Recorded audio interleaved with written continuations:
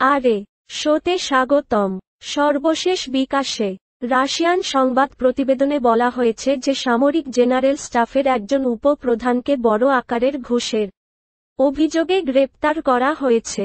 Lieutenant general Alexander লিনিকভ, যিনি সম্প্রতি সাধারণ কর্মীদের কাছে নাম প্রকাশ করেছিলেন, বুধবার তাকে গ্রেপ্তার করা হয়েছিল। রিপোর্ট অনুসারে উচ্চপদস্থ সামরিক আধিকারিকদের ঘুষ নেওয়ার ধারাবাহিক গ্রেপ্তারের মধ্যে এই গ্রেপ্তারটি সর্বশেষ। সাম্প্রতিক মাসগুলোতে দুর্নীতির অভিযোগে বেশ কয়েকজন সিনিয়র জেনারেলকে গ্রেফতার করা হয়েছে। ক্রেমলিনের মুখপাত্র দিমিত্রি পেসকভ বলেছেন, প্রতিরক্ষা কর্মকর্তাদের গ্রেপ্তারের তরঙ্গ সেনাবাহিনীর বিরুদ্ধে অভিযানের ইঙ্গিত দেয়নি।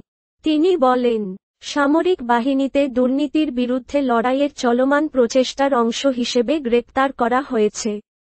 যাই হোক, কিছু বিশ্লেষক মনে করেন যে এই গ্রেপ্তারগুলি ক্রেমলিনের ইউক্রেনের যুদ্ধ পরিচালনার বিষয়ে সেনাবাহিনীর মধ্যে ক্রমবর্ধমান অসন্তোষের লক্ষণ হতে পারে।